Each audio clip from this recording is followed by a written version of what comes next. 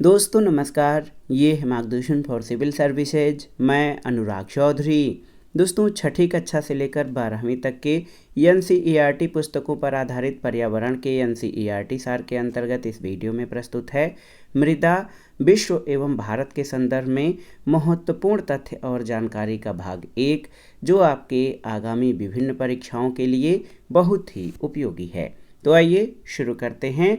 पर्यावरण एनसीईआरटी सार के अंतर्गत मृदा से संबंधित महत्वपूर्ण जानकारी। इस वीडियो में हम मृदा परिच्छेदिका, मृदा के गुण, मृदा निर्माण के कारक, मृदा का वर्गीकरण और मृदा का निम्नीकरण और संरक्षण के उपायों के संदर्भ में जानेंगे। सबसे पहले मृदा यानी सॉयल के बारे में जानते हैं कि ये क्या है। दोस्तों अधिकांश मानव बस्तियां उन्हीं क्षेत्रों में मिलती हैं जहां पर अच्छी, गहरी और उपजाऊ मृदा या मिट्टी उपलब्ध हो।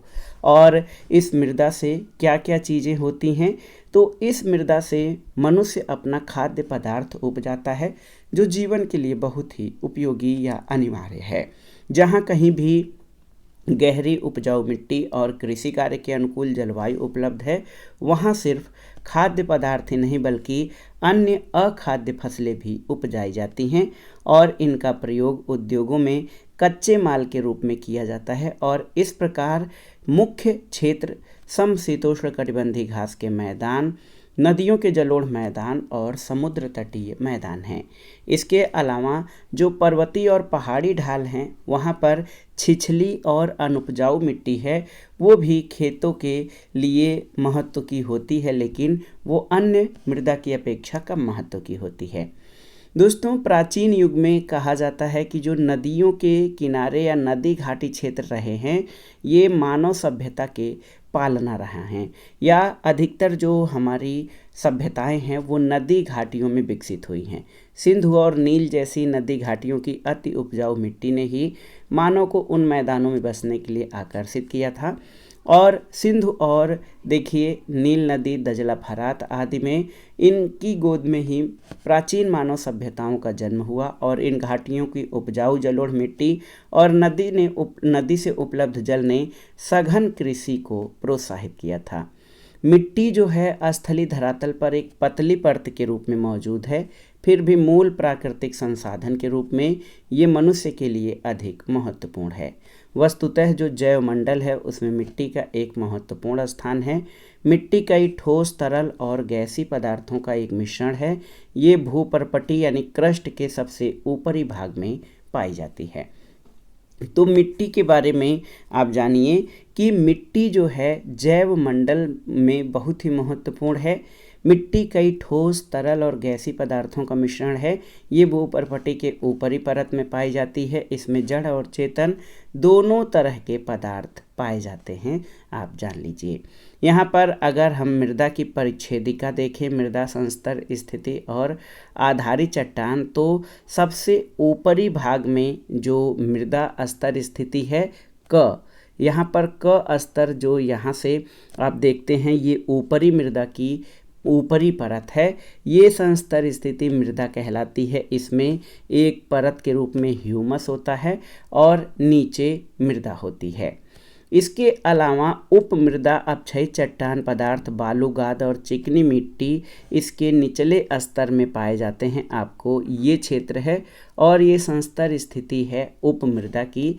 और इसके अलावा तीसरी जो स्थिति है ये अपक्षयी चट्टानों की स्थिति है और ये अधः स्तर मूल आधारी चट्टान, जिसमें अपक्षयित मूल चट्टानी पदार्थ और दूसरे भाग में मूल चट्टानी पदार्थ जो अपक्षयित नहीं हुए हैं वो होते हैं। जो अपक्षयित नहीं हैं वो चौथा यानी घ संस्तर स्थिति है, जिसमें आधारी चट्टान पाए जाते हैं। मृदा का निर्माण इन प्रमुख तत्वों से हुआ है। कौन कौन से तत्व हैं मृदा के निर्माण में? खनिजों के कण, पौधों के सड़े अंश, कीटाणु और इनके जैविक पदार्थों पर पलने वाले अनगिनत जीवाणु, और इन सभी से मिलकर मिट्टी का निर्माण होता है, ये जान लीजिएगा। मिट्टी में जल भी होता है, जहाँ पौधों की जड़ें आर्द्रता प्राप्त करती हैं यहाँ से, और मिट्टी के रंध्रों में हवा भी रहती है, जिसमें कार्बन डाइऑक्साइड की मात्रा अधिक होती है। इसके अतिरिक्त उसमें ऑक्सीजन और नाइट्रोजन भी होती है। मिट्टी में ऊपर बताई गई सभी चीज़ों का संयोजन ही पौधों को उनके विकास के लिए पोषक यानी न्यूट्रिएंट्स प्रदान करता है। जब पौधे सूख जाते हैं या सड़ जाते हैं, उसके बाद उनके जो पौष्टिक तत्व हैं वो फिर मिट्टी में मिल जाते हैं और जीवित पौधों के द्वारा इनका पुनः इस्तेमाल अपने पोषण के लिए होता है। और पोषक तत्वों का ये चक्र जो युगों से चलता आ रहा है, मिट्टी को मनुष्य के प्रयोग के लिए हमेशा ताज़ा और जिंदा बनाए रखता है। यानी ये जो चक्र है कि पौधे मृदा से पोषक तत्व ग्रहण करते हैं और फिर पुनः यही पौधे जब सड़ते हैं तो वो नए पेड़ पौधों के लिए पोषक तत्व के रूप में आते हैं। और इसीलिए अगर जो मृदा को देखा जाए धारणीय मृदा या धाड़ी कृषि के आधार पे, तो मृदा जो है एक नवीकरणीय संसाधन है, क्योंकि ये लगातार जो है स्वतः विकसित होती रहती है। धरातली चट्टानों के अपक्षय, जलवायु, पौधों और करोड़ों भूमिगत कीटाणुओं और कृमियों के बीच होने वाले आपसी क्रियाकलाप का अंतिम परिणाम ही मिट्टी है। मिट्टी प्रमुख क्रियाकलापों का अंतिम परिणाम है। मिट्टी कैसे बनती है तो आप जानते भी होंगे। धरातली चट्टानों के अपक्षय, जलवायु, पौधों और भूमिगत कीटाणुओं और कृमियों आदि से मिट्टी का निर्माण होता है। इन भौतिक, रासायनिक और जैविक प्रक्रियाओं की एक लंबी अवधि तक कार्यरत रहने से मिट्टी की परतों का निर्माण होता है। चट्टानों के प्रकार, जमीन की भौतिक विशेषताएं, जलवायु और वनस्पतियों आदि के संबंध में एक स्थान और दूसरे स्थान में अंतर होता है। यही कारण है कि पृथ्वी के धरातल पर विभिन्न प्रकार की मिट्टी पाई जाती है। मिट्टी में जो विभिन्नताएं होती हैं, इसी के कारण हमें विभिन्न प्रकार की फसलें, घास और पेड़ पौधे मिलते हैं।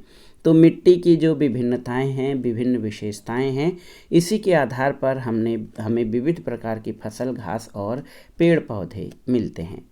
जैसे आप जानते हैं कि काली मिट्टी कपास और सोयाबीन की खेती के लिए, दोमट मिट्टी खाद्य फसलों, गेहूं और धान के लिए।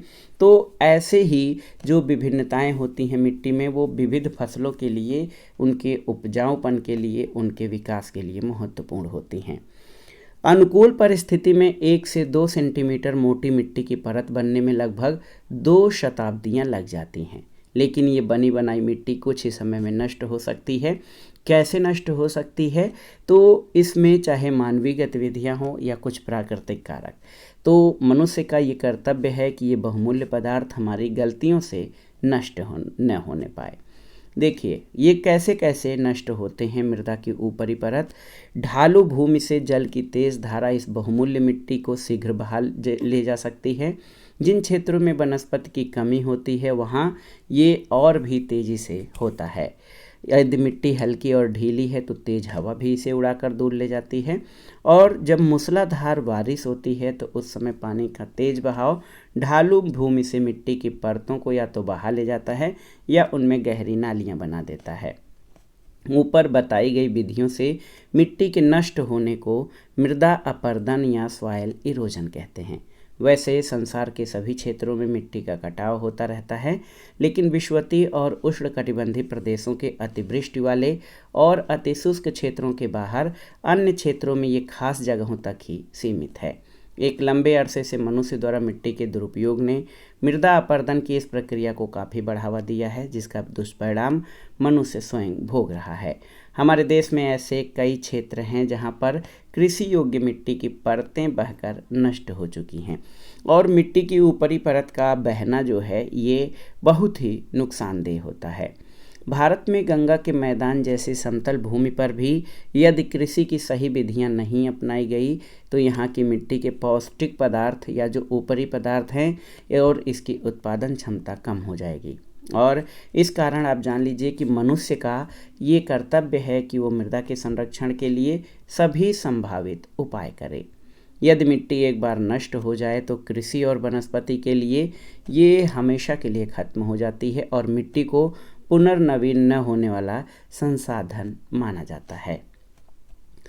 दोस्तों, मृदा परिच्छेदिका क्या है? तो प्रारंभिक अवस्था में मिट्टी चट्टानों के अपक्षय की उपज होती है। उस समय इसमें ताजे अपक्षयित पदार्थ होते हैं, इसमें जैविक पदार्थ नहीं होते हैं। नदी, पवन अथवा हिमानी द्वारा इन पदार्थों का परिवहन होता है और इस प्रक्रिया में ये महीन अवसादों में बदल जाते हैं।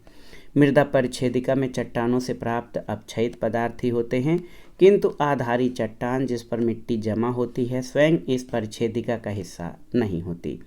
इस परिच्छेदिका में क्षैतिज परतें भी नहीं होती, जिन्हें संस्तर स्थिति यानी होराइजन्स कहते हैं। वास्तविक मृदा परिच्छेदिका का विकास तब होता है जब अपक्षयित पदार्थ बहुत अरसे तक एक स्थान पर पड़े रहें और आधारी चट्टान के अपक्षय की मंद प्रक्रिया और उसमें जैविक पदार्थ की मिलावट के दौरान एक के ऊपर एक क्षैतिज परतें बन जाती हैं। मृदा परिच्छेदिका के 3 मुख्य स्तर हैं। कौन कौन? तो सबसे ऊपर वास्तविक मृदा होती है जिसे हम देख सकते हैं, उसके नीचे उपमृदा होती है और जिस चट्टान से जो मृदा है उसका निर्माण हुआ है उसको आधारी चट्टान कहते हैं। तो ये मुख्य रूप से 3 परतें हैं। भौतिक और रासायनिक संगठन और जैविक अंश के आधार पर मृदा को प्रत्येक संस्तर दूसरों से बिल्कुल भिन्न होता है। मृदा निर्माण की लंबी प्रक्रिया के दौरान इस भिन्नता का विकास होता है। तो किस तरह से मृदा का विकास होता है उसके बारे में आपने जाना और कैसे अगर इसका विनाश हो जाए या ये नष्ट हो जाए तो इसे प्राप्त करना नामुमकिन है। दोस्तों, मृदा के गुण के बारे में आइए जान लेते हैं। प्रत्येक प्रकार की मिट्टी में रंग, गठन और संरचना जैसे भौतिक गुण होते हैं और ये भौतिक गुण बहुत हद तक उस आधारी चट्टान के स्वभाव पर निर्भर करते हैं जिससे कि इस मिट्टी का निर्माण होता है। बहुत ही महत्वपूर्ण है। मृदा के जो गुण होते हैं वो अपने मूल आधारी चट्टान के गुणों पर काफ़ी हद तक निर्भर करते हैं। रंग अपने आप में महत्वपूर्ण नहीं है, लेकिन इससे ये पता चलता है कि मिट्टी का निर्माण किस वस्तु से हुआ है और कैसे हुआ है। आइए इसको समझते हैं। मिट्टी के गठन, उसमें मिश्रित विभिन्न आकार प्रकार के कणों का पता चलता है, जैसे बजरी, बालू, चिकनी मिट्टी और गाद। मिट्टी में जब बालू के कणों का अनुपात अधिक होता है तो इसे बलुई मिट्टी कहते हैं। चिकनी मिट्टी में मृत्तिका का अनुपात अधिक होता है और बालू के कण होते हैं, और वह मिट्टी जिसमें मृत्तिका, बालू और गाद का अनुपात बराबर होता है उसे दोमट कहा जाता है। और दोमट मिट्टी बहुत ही उपजाऊ और संतुलित होती है। दोमट मिट्टी को आप जान लीजिए कि बालू, मृत्तिका और गाद की अधिकता के आधार पर बलुई दोमट, यानी जिसमें बालू की अधिकता हो उसको बलुई दोमट, मृत्तिका की अधिकता हो उसे मृत्तिका दोमट और गाद की अधिकता को गाद दोमट कहते हैं। दोमट मिट्टी को बालू, मृत्तिका और गाद के अधिकता के आधार पर क्रमशः बलुई दोमट, मृत्तिका दोमट और गाद दोमट कहा जाता है। इसके अलावा मिट्टी के गठन से दोस्तों ये भी पता चलता है कि मिट्टी के अंदर कणों के बीच के रिक्त स्थान या रंध्र छोटे हैं या बड़े। चिकनी मिट्टी में आप जानते हैं कि रंध्र बहुत सूक्ष्म होते हैं, इसमें जल बड़ी ही धीमी गति से रिसता है। बलुई मिट्टी में ये रंध्र बड़े होते हैं, इसमें जल का रिसाव तेज होता है। दोमट मिट्टी जिसमें तीनों का मिश्रण होता है पौधों की उपज के लिए सबसे अच्छी होती है। दोमट मिट्टी की जुताई भी आसान होती है। जुताई के उद्देश्य से बलुई मिट्टी को हल्की और स्थान बदलने वाली समझा जाता है, जबकि चिकनी मिट्टी को भारी मिट्टी कहते हैं। चिकनी मिट्टी के कणों का जो आकार है बहुत छोटा होता है, इनके बीच स्थान भी बहुत कम होता है। चिकनी मिट्टी भीगने पर चिपचिपी हो जाती है और सूखने पर इसमें दरार पड़ जाती है। दोमट मिट्टी में बलुई दोमट किसानों द्वारा अधिक पसंद की जाती है। दोस्तों, मृदा संरचना को समझते हैं। तो मृदा संरचना या सॉइल स्ट्रक्चर से तात्पर्य है कि कृषि के लिए जोते जाने पर मिट्टी के कणों की व्यवस्था कैसी रहती है। जैसे इन कणों के समूहन के आधार पर इनकी संरचना या तो दानेदार हो सकती है, भुरभुरी हो सकती है, खंडी हो सकती है, चपटी हो सकती है, प्लास्टिक या स्तंभी हो सकती है। मृदा संरचना मृदा के अपर्दन, उसकी जुताई में आसानी या कठिनाई और उसकी नमी शोषण की क्षमता को प्रभावित करती है। आप यहाँ पर देख सकते हैं बालू, चिकनी मिट्टी और गाद के बारे में। तो यहाँ पर जो बालू वाला अंश है, यहाँ पर देखिए बालू का हिस्सा यहाँ पर बालू वाले अंश में सर्वाधिक है। चिकनी मिट्टी में मृत्तिका का अंश सर्वाधिक है। बलुई दोमट में इनका अनुपात जो है संतुलन में है और दोमट में बालू, चिकनी मिट्टी और गाद जो है एक अनुपात में पाए जाते हैं। मिट्टी के अलग अलग जो प्रकार होते हैं उनके कुछ खास रासायनिक गुण होते हैं और इसी आधार पर उनको अम्लीय मिट्टी, उदासीन मिट्टी या क्षारीय मृदा कहते हैं। जिस मिट्टी में चूने की मात्रा कम होती है उसे अम्लीय, और जिसमें ज़्यादा होता है, जिसमें जो है क्षारीय, जो मिट्टी क्षारीय होती है उसको क्षारीय कहते हैं। मृदा में जब जल में कार्बन डाइऑक्साइड और जीवाणुओं के सड़ने से उत्पन्न अम्ल के अंश घुले रहते हैं। एक और महत्वपूर्ण चीज़ कि चट्टानों का जो रासायनिक अपक्षय है उसके समय घुलनशील लवणों की उत्पत्ति होती है। मिट्टी के रंध्र जब जल से संतृप्त नहीं होते तब उनमें वायुमंडलीय गैसें भरी होती हैं। जीवों और वनस्पतियों के सड़े अवशेषों से ह्यूमस का निर्माण होता है, जिससे मिट्टी का रंग काला या गाढ़ा भूरा हो जाता है। ह्यूमस वाली मिट्टी आप जानते हैं या तो काला या डार्क ब्राउन कलर में होती है। प्राकृतिक वनस्पति भी मिट्टी के रासायनिक गुणों पर निर्भर करती है। आप जानते हैं कि जो वनस्पतियां हैं वो किसी खास प्रकार की मिट्टी में जो है ज़्यादा अच्छे से विकसित होती हैं। बहुत सी वनस्पतियां जो अम्लीय मिट्टी पसंद करती हैं उस मिट्टी में नहीं उग सकती जिसमें चूने की मात्रा अधिक हो, यानी वो क्षारीय प्रकृति की हों। इसके अलावा किसी छोटे क्षेत्र में भी एक स्थान और दूसरे स्थान की मिट्टी के भौतिक और रासायनिक गुणों में काफ़ी अंतर पाया जाता है, और मृदा परिच्छेदिका के विभिन्न संस्तरों में भी ऊपर से नीचे की ओर ऊर्ध्वाधर भिन्नताएं मिलती हैं। अपक्षय किसे कहते हैं? दोस्तों, अपक्षय शब्द आया है पढ़ने में, तो आप जान लीजिए कि तापमान परिवर्तन, तुषार क्रिया, पौधों, प्राणियों और मनुष्य द्वारा अनावरित शैलों का टूटना और क्षय होना, ये अपक्षय कहलाता है।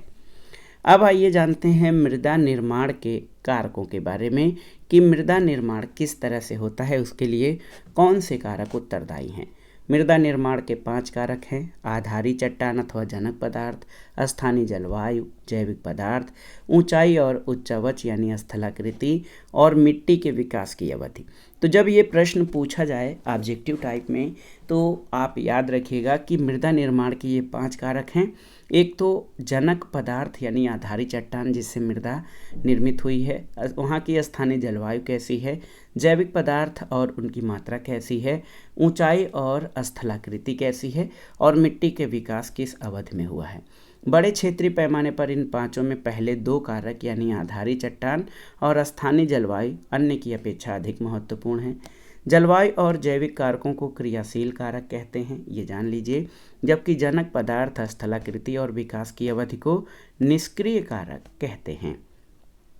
आप जान लीजिए कि जब हम मृदा के निर्माण के कारकों के बारे में जान रहे हैं तो सबसे पहले चट्टानी संस्तर को समझेंगे, जिससे कि जो जनक पदार्थ है, तो मिट्टी के नीचे जो चट्टानी संस्तर है इसको जनक पदार्थ कहते हैं। इसी से मिट्टी बनती है, किंतु ये जरूरी नहीं कि किसी भी क्षेत्र की मिट्टी इसी चट्टानी संस्तर पर स्थित हो जिससे वह बनी है। जनक पदार्थ विखंडित होकर यांत्रिक, रासायनिक और जैविक कारकों के प्रभाव से धीरे धीरे अपक्षयित होते हैं।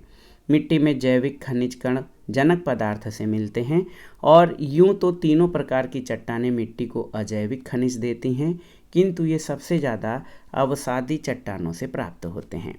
यांत्रिक और रासायनिक विधियों से होने वाले अपक्षय की दरों में अंतर होता है, और ये चट्टानी संरचना, उसकी कठोरता और जलवायु पर निर्भर करता है। कुछ चट्टानें जल्दी ही अपक्षयित हो जाती हैं और कुछ धीमी गति से अपक्षयित होती हैं। यहाँ पर आइए इस चार्ट के माध्यम से मृदा निर्माण को प्रभावित करने वाले कारकों के बारे में जानें। तो इस चार्ट को आप मन में बिठा लीजिए कि किस तरह से जो कौन से कारक हैं जो मृदा निर्माण को प्रभावित करते हैं। सबसे पहला तो है जनक शैल, जिससे मृदा का निर्माण हुआ है, उसका रंग, गठन, रासायनिक गुणधर्म, खनिज मात्रा, पारगम्यता। इसके अलावा जलवायु, तापमान, वर्षा, अपक्षय, ह्यूमस निर्माण की दर को प्रभावित करते हैं। समय मृदा परिच्छेदिका की मोटाई को निश्चित करता है। वनस्पति जात, प्राणी जात और सूक्ष्मजीव ह्यूमस निर्माण की दर को प्रभावित करते हैं, और उच्चावच, तुंगता और ढाल मृदा के संचय को निर्धारित करते हैं। तो ये मृदा निर्माण को प्रभावित करने वाले प्रमुख कारक हैं, और इन्हीं गुणों के कारण शैल जैसी चट्टानें बढ़िया मृदा उत्पादक और चूना पत्थर जैसी चट्टानें घटिया मृदा उत्पादक होती हैं। अपक्षय यानी क्षरण की गति जितनी अधिक होती है, उष्ण और आर्द्र जलवायु प्रदेशों में क्षरण की अपक्षय की गति तेज होती है, तो वहाँ पर मृदा निर्माण उतनी ही तेज गति से होता है। एक और तथ्य आप जान लीजिए कि केवल 1 सेंटीमीटर मृदा को बनने में सैकड़ों वर्ष लग जाते हैं।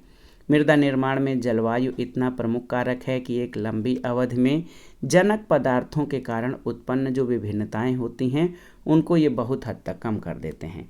एक ही जलवायु वाले क्षेत्र में दो भिन्न प्रकार के जनक पदार्थ एक ही प्रकार की मिट्टी का भी निर्माण कर सकते हैं। ठीक उसी प्रकार एक ही तरह के जनक पदार्थ दो भिन्न प्रकार की मिट्टी भी विकसित कर सकते हैं। देखिए, रवेदार ग्रेनाइट चट्टानें मानसूनी प्रदेश के आर्द्र भागों में लैटराइट मिट्टी का और शुष्क किनारों पर लैटराइट से भिन्न प्रकार की मिट्टी का निर्माण करते हैं। मानसूनी जलवायु की गर्मी और आर्द्र और शुष्क मौसमों का अंतराल इसके मूल कारण हैं। ग्रीष्म ऋतु की तेज गर्मी और कम वर्षा से काली मिट्टी का निर्माण होता है, जिन पर जनक पदार्थों का कोई खास असर नहीं होता। इस तरह की मिट्टी हम तमिलनाडु के कुछ जिलों में पाते हैं। थार के मरुस्थल में ग्रेनाइट और बालू पत्थर दोनों से ही शुष्क जलवायु के कारण बलुई मिट्टी का निर्माण होता है। और आप जान लीजिए कि इस मिट्टी में जैविक पदार्थ बहुत ही कम मात्रा में होते हैं। अपक्षय की किस्म और उसका प्रभाव चट्टानों में रिसने वाले जल की मात्रा और उन पर कार्य करने वाले जैविक पदार्थों की किस्म, ये सभी तापमान और वर्षा के ऋतुवत विवरण पर निर्भर करते हैं। आप जान लीजिए कि वनस्पति और जीव, जिनमें पेड़, झाड़ियाँ, घास, काई, जीवाणु तथा जानवर शामिल हैं, किसी नई मिट्टी को प्रौढ़ अवस्था में बदलने में प्रमुख भूमिका अदा करते हैं। मृत पौधे मिट्टी को ह्यूमस से भरपूर बनाते हैं, जो जीवाणुओं जैसे सूक्ष्म जीवों द्वारा उपभोग किए जाते हैं। आर्द्र उष्णकटिबंधीय जलवायु में जीवाणुओं का कार्य इतना तेज होता है कि वे ह्यूमस के अधिकांश भाग का उपयोग कर लेते हैं और मिट्टी की उर्वरता कम हो जाती है। ठंडी जलवायु में क्या होता है, तो जीवाणुओं की कार्यकुशलता कम हो जाती है, इसलिए मिट्टी में ह्यूमस की मात्रा अधिक होती है और ये जीवाणु हवा के नाइट्रोजन को किसी ऐसे रासायनिक यौगिक में बदल देते हैं जिसका उपयोग पौधे कर सकें। तो जीवाणुओं को नाइट्रोजन के यौगिकीकरण का कारक कहा जाता है, क्योंकि कई ऐसे जो लाभदायक जीवाणु हैं वायु या वायुमंडलीय नाइट्रोजन को जो है भूमिगत नाइट्रोजन में बदल देते हैं। और आप जानते हैं कि नाइट्रोजन पौधों की वृद्धि और विकास के लिए आवश्यक है और ये नाइट्रोजन यौगिकीकरण के कारक जीवाणुओं को कहा जाता है। ह्यूमस मिट्टी को उर्वरक बनाता है और खनिजों का अपक्षय तथा मिट्टी को बनने की प्रक्रिया को तेज करता है। कृमि सदृश, कृमि जैसे जो है सूक्ष्म जीव करोड़ों की संख्या में मिट्टी में रहते हैं। ये मिट्टी के कणों को बारीक बनाते हैं और उसमें खनिज तथा जैव पदार्थों को मिलाते हैं। अगर हम कुछ जीवों का उदाहरण लें, जैसे चींटी, दीमक तथा कुछ पक्षी, चूहे और वे पक्षी जो बिल बनाते हैं, ये धरातली मिट्टी को ऊपर से नीचे और उपमृदा को नीचे से ऊपर करते हैं। मिट्टी के इन दो मुख्य संस्तरों के मिश्रण से मिट्टी के गठन और वायु मिश्रण में सुधार होता है। स्थलाकृति भी मिट्टी के जमाव, उसके अपरदन तथा जल प्रवाह की गति पर प्रभाव डालती है। तीव्र ढाल वाली चट्टान पर एक पतली परत वाली मोटी मिट्टी बनती है जिसे अवशिष्ट मृदा कहते हैं। और ऊंचाई और ढाल की प्रकृति भी अपरदन की दर तथा जल प्रवाह को प्रभावित करती है। पहाड़ी ढालों से अधिकांश मिट्टी कुछ प्रमुख कारकों द्वारा परिवहित होकर जलोढ़ के रूप में नदी घाटियों के तल पर अथवा समतल भूमि पर पहुंच जाती है। और आप जान लीजिए कि इसके प्रमुख कारकों में नदी, हिमानी और पवन जो है महत्वपूर्ण भूमिका निभाते हैं मृदा के एक स्थान से दूसरे स्थान पर ले जाने में। इस प्रकार जो परिवहित मिट्टी होती है बहुत उपजाऊ होती है, क्योंकि ये एक बड़े क्षेत्र में फैली कई प्रकार की चट्टानों से बनी होती है। समतल भूमि पर मिट्टी का ये जमाव एक लंबे अरसे तक जब बिना किसी रोक के निर्विरोध रूप में होता रहता है, जहाँ इसकी परतें काफ़ी मोटी हो जाती हैं। पहाड़ी ढालों की अपेक्षा यहाँ इसके अपरदन की गति बहुत कम होती है और ऐसे समतल भूमि की मिट्टी में जल प्रवाह भी बहुत कम होता है, क्योंकि बाढ़ के समय इनमें अधिक पानी इकट्ठा होता है। मंद ढालों पर जनक पदार्थ से नई मिट्टी बनती रहती है, किंतु मृदा अपरदन द्वारा नष्ट हुई मिट्टी का संतुलन बनाने में बहुत समय लगता है। नदियों की ताज़ी जलोढ़ मिट्टी और हिमानी द्वारा निक्षेपित गोलाश्मी मिट्टी युवा अवस्था की मिट्टियाँ होती हैं। युवा अवस्था की मिट्टी कौन है? तो जब नदी के द्वारा ताज़ी जलोढ़ मिट्टी और हिमानी द्वारा जो गोलाश्मी मिट्टी होती है, इसको युवा अवस्था या नई मिट्टी कहा जाता है और इसमें जनक पदार्थ का नियंत्रण अधिक होता है। मृदा परिच्छेदिका का बहुत कम विकास होता है और प्रौढ़ मिट्टियों का विकास तुरंत नहीं बल्कि एक लंबी अवधि के बाद हो पाता है। इसमें जलवायु और जैविक पदार्थों का प्रभाव स्पष्ट रूप से दिखाई देता है। दोस्तों, प्रौढ़ मृदा या पुरानी मृदा जो एक लंबे समय तक विकसित होती है, इसमें मृदा परिच्छेदिका भी पूरी तरह विकसित होती है। इससे समय रूपी कारक का प्रभाव समझ में आता है, क्योंकि समय युवा मिट्टी को प्रौढ़ मिट्टी में बदल देता है और प्रौढ़ मिट्टी को वृद्धावस्था में। कभी कभी ये मिट्टी को ऊसर में भी बदल देता है और इस प्रकार के परिवर्तन के साथ मिट्टी की भौतिक और रासायनिक गुण तथा उर्वरता में भी परिवर्तन आता है और ये एक लंबे समयांतराल में होता है। आइए परोक्ष रूप से जानते हैं कि जो मनुष्य होता है ये भी मिट्टी को प्रभावित करता है। केवल प्राकृतिक नहीं बल्कि मानव निर्मित और मानवीय कारक जो है मृदा को प्रभावित करते हैं। इसके द्वारा धरातल पर किए गए परिवर्तनों से कहीं तो मृदा परिच्छेदिका के विकास और कहीं मृदा अपरदन को अधिक बल मिलता है। मनुष्य ने प्राकृतिक भूदृश्यों के बीच सांस्कृतिक भूदृश्यों का निर्माण किया है, जिनका असर धरातली मिट्टी पर भी पड़ता है। अब आइए जानते हैं मृदा के वर्गीकरण यानी क्लासिफिकेशन ऑफ सॉइल के बारे में। देखिए, एक स्थान से दूसरे स्थान की मिट्टी में भिन्नता पाई जाती है, हमने पहले पढ़ा है। इसके दो मुख्य संस्तरी वर्गों में बांटा गया है। एक तो पेडल्फर मिट्टियाँ और पैडोकल मिट्टियाँ। बहुत ही अच्छे से दो मिट्टियों, मुख्य रूप से पैडोकल मिट्टी और पेडल्फर मिट्टी, और पुनः इन्हें 12 मुख्य प्रकार की मिट्टियों में विभाजित किया जाता है। मिट्टियों के ये प्रकार बृहद क्षेत्रों में पाए जाते हैं और ये क्षेत्र पृथ्वी पर अक्षांशीय पट्टियाँ बनाते हैं। संसार के जलवायु प्रदेशों, प्राकृतिक वनस्पतियों और मिट्टियों में गहरे संबंध पाए जाते हैं। आइए पेडेल्फर मिट्टियों के बारे में या पेडेल्फर मृदा के बारे में जानते हैं।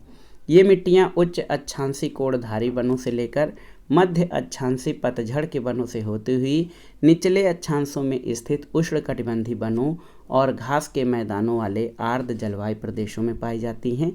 लंबी और अत्यधिक ठंडी शीत ऋतु, छोटी और ठंडी ग्रीष्म ऋतु और वर्ष भर सामान्य वर्षा वाले उच्च अक्षांशी कोणधारी वन वाली पट्टी में राख के समान धूसर रंग की पौडशोल मिट्टी या पैडजोल मिट्टी मिलती है और इस मिट्टी में लवड़ों का रिसाव तेज होता है। पतली नुकीली पत्तियां मंद गति से सड़ती हैं और पतली ह्यूमस का निर्माण होता है। इस मिट्टी में आप जान लीजिए कि जीवाणुओं की क्रियाशीलता भी कम होती है और पैडजोल मृदा अम्लीय, अनुपजाऊ और कृषि के लिए कम उपयोगी होती है। लेकिन पश्चिमी यूरोप और उत्तरी पूर्वी संयुक्त राज्य अमेरिका के मध्य अक्षांशी पतझड़ वाले वनों की पट्टी में पाई जाने वाली धूसर बादामी रंग की पौडजोल मिट्टी में लवड़ों का रिसाव अपेक्षाकृत कम होता है। यहाँ पर ह्यूमस की मात्रा या जैविक पदार्थों की मात्रा अधिक होती है। खाद और उर्वरक के प्रयोग और फसलों के सस्यावर्तन से मिट्टी काफ़ी उपजाऊ बनी रहती है। सस्यावर्तन यानी बदल बदल कर फसलें उगाना। डेयरी उद्योग और मिश्रित कृषि जहाँ कृषि के साथ पशुपालन भी होता है, तो इसके लिए इस मिट्टी का अच्छा उपयोग किया गया है। नीचे के अक्षांशों में ऊंचे तापमान और मौसमी आर्द्र दशा वाले क्षेत्रों में लाल और पीले रंग की उष्णकटिबंधीय पेडल्फर मिट्टियाँ मिलती हैं। इनकी विशेषता क्या है? तो इनके घुलनशील खनिजों का नीचे की ओर रसाव हो जाता है, लेकिन जो लोहे के कारण इनका रंग लाल होता है। जैविक पदार्थ की अधिकता होने पर भी कीटाणुओं की तेज क्रियाशीलता अधिक ह्यूमस का उपयोग कर लेती है, जिसमें इसमें ह्यूमस का अंश कम बचता है। इसमें कैल्शियम की मात्रा कम होती है, ये अम्लीय होती है और उर्वरकों के अभाव में जल्दी अनुपजाऊ हो जाती है। पेडल्फर मृदा के बाद आइए पैडोकल मिट्टियों के बारे में जानते हैं। तो संसार के शुष्क, अर्धशुष्क और उपार्द्र क्षेत्रों में पैडोकल श्रेणी की मिट्टियाँ पाई जाती हैं। इन मिट्टियों में कैल्शियम और खनिज लवणों की मात्रा अधिक होती है। अधिक वाष्पीकरण के कारण ये घुलनशील खनिज मिट्टी में जल के साथ नीचे से ऊपर आते हैं। समशीतोष्ण और उष्ण दोनों ही कटिबंधों में मरुभूमियों के चारों ओर इन मिट्टियों पर स्टेपी और प्रेयरी जैसे घास मैदानों का निर्माण हुआ है। तो याद रखिएगा दोस्तों, पैडोकल मिट्टियाँ जो हैं संसार के शुष्क, अर्धशुष्क और उपार्द क्षेत्रों में पाई जाती हैं। इसमें कैल्शियम और खनिज लवण की मात्रा अधिक होती है। यहाँ पर वाष्पीकरण अधिक होता है, जिससे ये घुलनशील खनिज मिट्टी के जल में नीचे से ऊपर आते हैं। और समशीतोष्ण और उष्ण दोनों ही कटिबंध में मरुभूमियों के चारों ओर इन मिट्टियों पर स्टेपी और प्रेयरी जैसे घास के मैदानों का विकास हुआ है। चरनोजम इस श्रेणी की सबसे अच्छी मिट्टी है, क्योंकि इसमें अधिक मात्रा में ह्यूमस और कैल्शियम होता है। जल के साथ खनिज तत्वों का नीचे की ओर जो रिसाव होता है वो कम होता है। इनकी संरचना भुरभुरी होती है और इस क्षेत्र की जलवायु में शीत शुष्क ऋतु और ग्रीष्म ऋतु का पूर्वार्ध आर्द्र होता है। ये मिट्टी उपजाऊ होती है और बरसों के इस्तेमाल की बात भी इसमें उर्वरक की कम ज़रूरत पड़ती है।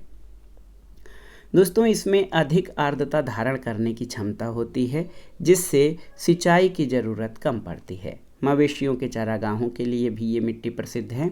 संयुक्त राज्य अमेरिका में प्रेयरी क्षेत्र की मिट्टी पैडोकल मिट्टी के समान है, जबकि ये समशीतोष्ण घास भूमि के आर्द्र भागों में पाई जाती है।